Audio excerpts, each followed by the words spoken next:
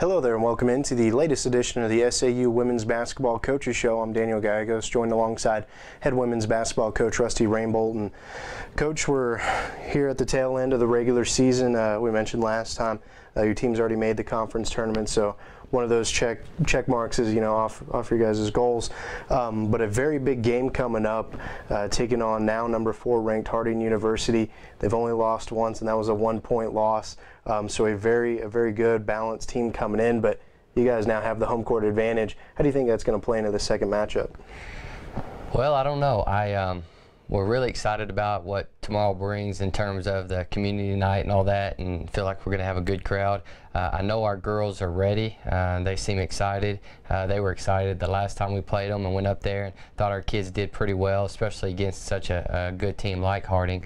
But I think tomorrow will be a good test for us. We were talking about earlier as a staff, just to find out where we are again against a good quality opponent that doesn't make mistakes. And so I've been telling our kids all semester long since we got back from the Christmas break that I just feel like that there's going to be some memorable moments that we're going to accomplish a few things this year that are going to be memorable, great memories for these young ladies moving forward in the rest of their life. And so, to have an opportunity to play against a team like Harding that's ranked as high as they are and as good of a coach team and the way they play, it's an opportunity to create one of those memories and moments. Now, will that happen? We'll find that out tomorrow, but I think our kids are just embracing the opportunity to play against a good opponent like Harding. And right now, we have one senior on our team, and so these last 4 games and then the tournament, I mean, we're really focused on giving Stevie our best every day.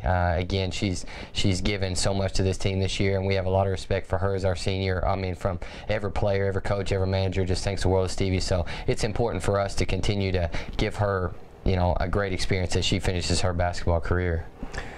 2 more home games left with Harding, and then you guys will wrap it up the regular season finale against Henderson State. So still 2 more opportunities to have the town, the community of Magnolia get a chance to see your basketball team in action. I know there was a lot of excitement surrounding your hire back in April of last year, and it's translated into this season. I think it is a fact that we've had a higher attendance for all the women's games throughout this year, but I know that you guys are kind of pegging these last couple games to try to get a little bit more people to come out as you guys are continuing to try to move up the conference standings. Talk a little bit about why you think that is so important to get the community out here for these games, and this Thursday, obviously, community night, free admission for everybody to come to the game. Well, it's crucial. I mean, as you know, you've been here same as I have, and when our community shows up and the students show up to support the teams, it does really help our players. Our players talk about it. I mean, just like last week with the support that they had at the men's game for the Silent Night. I mean, it looked like when I walked out of our locker room after our game, standing room only, it was pretty intense and loud and just a great environment, and especially a place like SAU where we don't have a huge facility. The sound really stays in and gives you an advantage. So we're just very hopeful that everybody will continue to come out, and even in a larger number this Thursday and then on senior night against Henderson, that people will come out and really support these young ladies and back them and give us a home court advantage. When we went to Harding, they had a very good crowd for the women's and the men's game, and that was fun to play in front of, but it'd be nice to come home and have that same type of advantage and just push us through the end of the game with that momentum, because the fans that we have do a very good job. It'd be nice for it to be packed and full and standing room only. So, but we're excited and feel like there will be a good crowd tomorrow.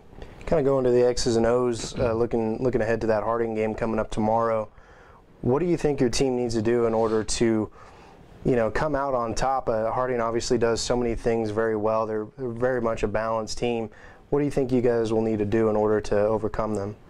Well, I don't know as far as for the win and the loss that'll actually decide it, but I know 2 factors have stood out all year for us. The main thing that we've had to deal with is turning the ball over. The games that we've won and we've played really well, we've taken care of the ball.